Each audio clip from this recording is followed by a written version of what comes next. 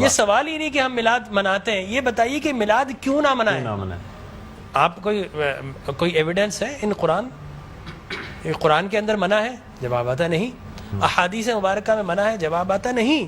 کیا صحابہ کرام رضوان اللہ تعالی علیہم اجمعین نے منع کیا؟ جواب آتا نہیں۔ بڑی عجیب غریب بات ہے کہ آپ منع کرتے ہیں۔ اچھا جناب یہ دیکھیے کہ میں بڑے سادہ الفاظ میں بتانا چاہوں گا کہ اسلام کیا ہے۔ اسلام 4 چیزوں پہ مشتمل ہے۔ حضور نے جو فرمایا وہ اسلام ہے، حضور نے جو کیا وہ اسلام ہے، اور حضور نے جس سے منع کر دیا وہ اسلام ہے، اور حضور نے جس سے منع نہیں کیا وہ بھی اسلام ہے۔ لہٰذا اگر کوئی آج کسی چیز کو منع کرتا ہے، اس کا مطلب یہ ہے کہ وہ اسلام کے منہ میں اپنی بات ڈال رہا ہے۔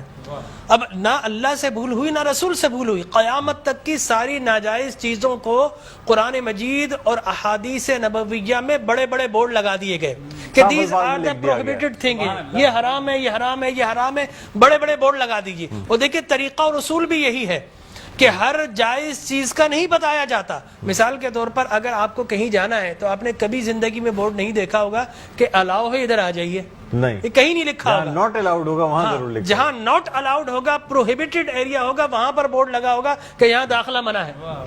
لہٰذا قرآن و احادیث میں بھی بڑے بڑے بورڈ لگا دیے، حرام، یہ حرام، یہ حرام۔ اور مجھے کہنے دیے ڈاکٹر صاحب، اللہ کا نبی بنیادی طور پر ہر جائز کام کروانے نہیں آتا، بالکل نہیں۔ دراصل اللہ کا نبی ہر ناجائز کام سے روکنے کے لیے آتا ہے۔ اگر جائز کام کی اگر جائز کام کروانے آتا اور جائز کی فہرست بنتی تو قرآن 30 پاروں پہ ہی 30,000 پارے بھی کم پڑ جاتے کہ یہ بھی جائز، یہ بھی جائز، یہ بھی جائز، یہ بھی فہرست، ایک پوری فہرست بن جاتی۔ کہاں تک ہم قرآن حفظ کرتے؟ لہٰذا قرآن کے اندر اللہ کو جو ناپسند چیز ہے ان کا بیان ہے، اللہ کو جو پسند ہے ان کا بیان ہے۔ ہر جائز چیز اللہ کا نبی کروانے نہیں آتا۔ اب اگر بنگلہ دیش کے لوگ رہنے والے اگر پوری زندگی اگر چاول کھاتے اور مچھلی کھاتے، ان سے یہ نہیں پوچھا جائے گا باجرے کی روٹی کیوں نہیں کھائی، تم نے گندم کیوں نہیں کھایا، تم نے فلاں نہیں کھایا، نہیں پوچھا جائے گا۔ اگر اسی طرح پاکستان کے رہنے والے مچھلی روزانہ نہ کھائیں تو ان سے نہیں پوچھا جائے گا کہ یہ بھی تو اللہ کی غذا تھی، جائز تھی، تم نے یہ کیوں نہیں کھایا۔ نہیں، ہر جائز چیز اللہ کو مطلوب نہیں ہے، اللہ کو مطلوب یہ ہے کہ ہر ناجائز کام سے روکا جائے۔ لہٰذا اللہ کے پیارے حبیب نے قیامت تک کی ساری ناجائز چیزوں سے منع کر دیا، نہ اللہ سے بھول ہوئی معاذ اللہ، نہ رسول سے بھول ہوئی، دین مکمل ہو گیا۔ اب اگر کوئی یہ کہتا ہے کہ یہ ناجائز، یہ بدعت، اس کا مطلب یہ ہے کہ کیا تجھ پر وحی نازل ہو گئی؟ باب نبوت تو بند ہو چکا ہے، اب تو کس بنیاد پر کر رہا ہے؟ دیکھیے اب کس بنیاد پر تم منع کر رہے ہو۔ اور میں آپ کو بتاؤں ڈاکٹر صاحب، یہ دین کا مسلمہ اصول ہے کہ کسی چیز کے جواز کے لیے کوئی ضعیف حدیث بھی کافی ہے، لیکن کسی چیز کے حرام یا بدعت ہونے کے لیے قرآن اور احادیث کی نص قطعی چاہیے آپ کو، اور حدیث متواترہ چاہیے، اس کے بغیر آپ کسی چیز کو حرام نہیں کر سکتے، اس لیے کہ اسلام گلا گھونٹنے کے لیے نہیں آیا، اسلام تو راحتیں دینے کے لیے آیا ہے۔ لہٰذا جو ناجائز چیزیں تھی اسلام نے وہ منع کر دی 1400 سال پہلے۔ اب اگر کوئی کہتا ہے کہ جناب آپ میلاد کیوں مناتے ہیں، تو میں کہتا ہوں یہ سوال ہی نہیں، بڑے احمق لوگ ہیں جو جائز کی دلیل مانگ رہے ہیں۔ ارے بھائی دلیل تو ناجائز کی ہوتی ہے، لہٰذا آپ ناجائز کی دلیل دیجئے کہ قرآن میں منع کیا کہ احادیث میں، بلکہ اب میں یہ کہتا ہوں اس بات کے بعد آپ قرآن پڑھیے، اللہ تبارک و تعالی نے 5 نبیوں کا میلاد قرآن میں بیان کیا ہے۔ حضرت آدم علیہ الصلوۃ والتسلیم کے میلاد نامے قرآن کے 5 رکوع پر متفرق، پہلا واقعہ ہی میلاد نامہ آدم ہے، فرشتوں کو جمع کیا، میں آدم کو پیدا کرنے والا ہوں، کیا کریں؟ سیلیبریشن کرو۔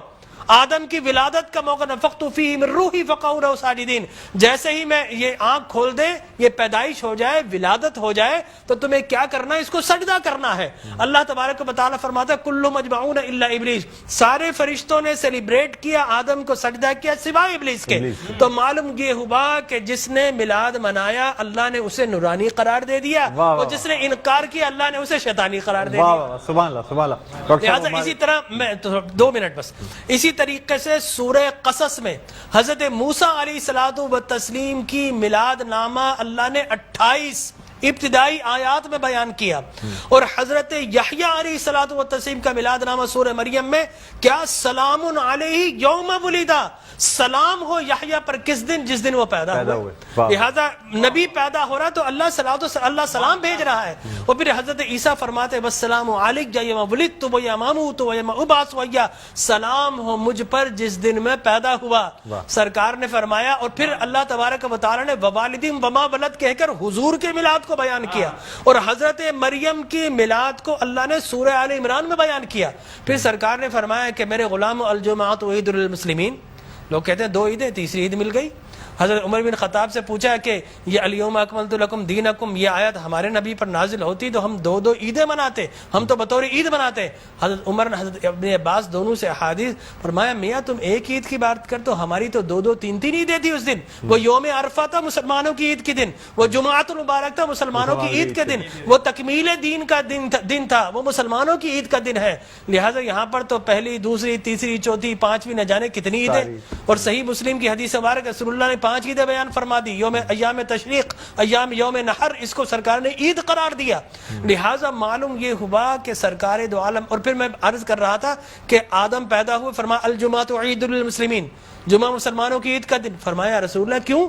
فرمایا فیہ خلق آدم، اس لیے کہ اس دن تمہارے باپ آدم پیدا ہوئے. معلوم ہو آدم پیدا ہو تو عید کا دن، اور جس دن فخر بنی آدم پیدا ہو ہزاروں عیدوں کا عید. یہ عید بھی ہے اور یقینی طور پر جشن بھی ہے. دیکھیے حضرت عیسیٰ ابن مریم علیہ الصلوۃ والتسلیم پیدا ہوتے نا، اللہ تبارک و تعالی حضرت مریم کے پاس پینے کے لیے کچھ نہیں تھا. اللہ فرماتا وَهُزِّ إِلَيْكِ بِجِذْعِ النَّخْلَةِ تُسَاقِطْ عَلَيْكِ رُطَبًا جَنِيًّا، اے مریم گھبرا مت، اللہ کے میرا نبی آنے والا ہے، اس کی ولادت ہونے والی ہے. یہ سوکھا ہوا درخت ہے، اس کو ہاتھ تو لگا. حضرت مریم جیسے ہی ہاتھ لگاتی ہے اللہ تبارک و تعالی میلاد عیسیٰ کی خوشی میں اس کو ہرا بھرا کر دیتا ہے، وہ پانی جاری و ساری کر دیتا ہے. تو اللہ تبرک بھی دیتا ہے، اللہ تبارک و تعالی اسے سیلیبریٹ بھی کرتا ہے. تو یقینی طور پر میلاد النبی صلی اللہ علیہ وسلم کے اگر جواز کی آپ بات کریں گے صبح ہو جائے گی. میں قرآن سے بھی بیان کرتا رہوں گا، میں احادیث نبویہ سے بھی بیان کرتا رہوں، لیکن ناجائز کی ایک دلیل اگر کوئی ہمیں دینا چاہے تو ہم موجود ہیں میٹرو ٹی وی پر، کوئی ایک دلیل ہمیں دے دے. لوگ کہتے ہیں بدعت بدعت، یہ بدعت.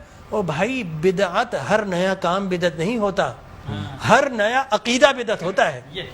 لہذا وہ سمجھے ہی نہیں، ہر نیا کام بدعت نہیں ہے. میں آپ کو ثابت کر دوں ہر نیا عقیدہ بدعت ہے. لیکن آپ شیطان نے جب بلیف جو جس چیز پہ انسان کا ہے وہ قائم ہے، وہ قائم ہے. ہر نیا کام، اگر ہر نیا کام بدعت ہوتا، خوشی منانا، عید منانا، اس میں تو کوئی ایسی بات انوویشن ہے اسلام کے اندر. آپ یہ دیکھیں نا حضور اکرم صلی اللہ علیہ وسلم کی وفات شریف کے بعد قرآن مجید جمع کیا، بدعت. پھر اس کے بعد تراویح بدعت. وہ بخاری کے ہذہ نعمت البدع، حضرت عمر بن خطاب کے الفاظ ہے کتنی پیاری بدعت ہے کہ میں نے تراویح شروع فرما دی. تو مقصد وہ کہ بدعت اچھی بھی ہوتی ہے. صحابہ کرام بدعت حسنہ بھی ہے، بدعت مذمومہ بھی ہے. اور مذمومہ بدعت کیا؟ اچھی چیز کو مٹا دینا. اور بدعت حسنہ کیا ہے؟ کسی اچھی کام کا جاری کرنا. فرمایا من سن سنتا حسنتا فلہ اجرھا واجر من عمل بها الى یوم القیامہ، جو کسی اچھی سنت، اچھے کام کو جاری کرتا ہے اس کے بعد قیامت تک اگر لوگ اس کام کو جاری رکھیں تو اس بگنر کو اللہ تبارک و تعالی اجر و ثواب عطا فرماتا ہے. سبحان اللہ. ہماری ٹرانسلیشن کا